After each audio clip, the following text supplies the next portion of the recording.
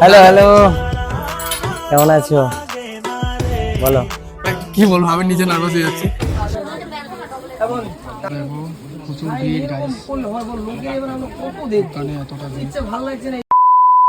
So guys, চলে আসলাম Durganagar station, দেখতে পাচ্ছ।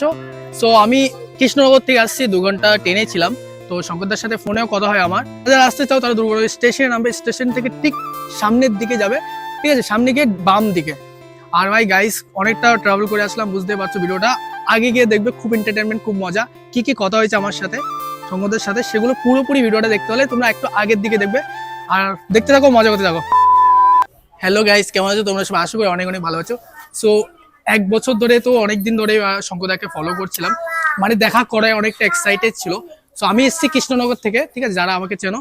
সো অনেকদিন পরে আসলাম এসআরকে শঙ্করের ওয়াইটি শপে, আর দাদার সাথে দেখা করতে আসলাম।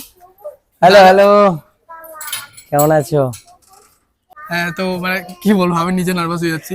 যাই হোক, ভাইয়ের সাথে অনেকদিন আগে কথা ছিল, প্রায় 1 বছর আগে কথা হয়েছিল, তখন ব্যাঙ্গালোরে ছিল। আর এবার এসছে পুজোয়, আর আজকে আমাদের ওয়াইটি শপে আসলো, আর আমিও ছিলাম, তো দেখা হয়ে গেল।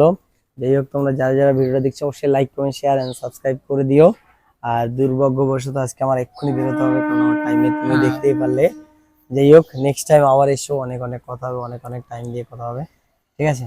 শঙ্করদা, একটা ছোট কথা বলার বলো ছিল। বলো বলো। আমি তোমার একটা ভিডিও দেখেছিলাম, যেখানে তুমি একটা স্যাড ভিডিও করেছিলে। তুমি বলেছিলে যে আমি গাইস এতদূর আসতে পারবো, যে আমার বাবা মা নিয়ে তুমি একটা কোচিস করেছিলে।